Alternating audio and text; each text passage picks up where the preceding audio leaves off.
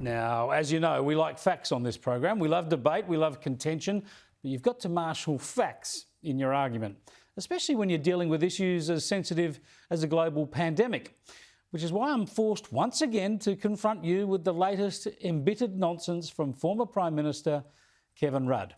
Kevin Rudd tweeted today, in part of his ongoing campaign against News Corp, which owns this station, of course. He showed a series of front pages which he called a tabloid protection racket. He shows News Corp front pages here from Brisbane, Sydney and Melbourne not carrying the story about the vaccine setback on their front pages. And he compared them to the Sydney Morning Herald and The Age, which had the vaccine issue as a front page story.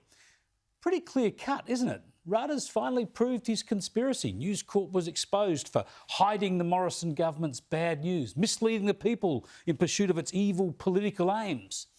The only trouble is, it was Kevin Rudd who was doing the misleading.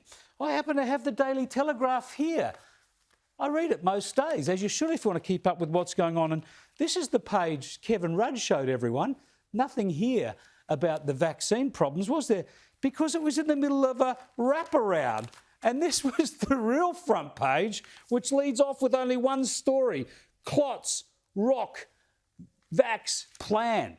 That's only it. Clots, rock, vax, plan on the front page of the Daily Telegraph. It was the main story, the only story flagged on the front of the paper.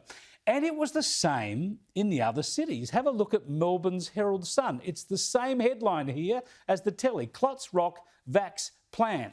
And in Brisbane, again, they had the wraparound. The Courier Mail had the vaccine story as the main yarn. The only yarn there on the front page, vaccine U-turn was their headline. And they even had the delightful subheading, Astra La Vista.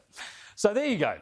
Rudd has failed again in his dishonest, paranoid and embittered campaign.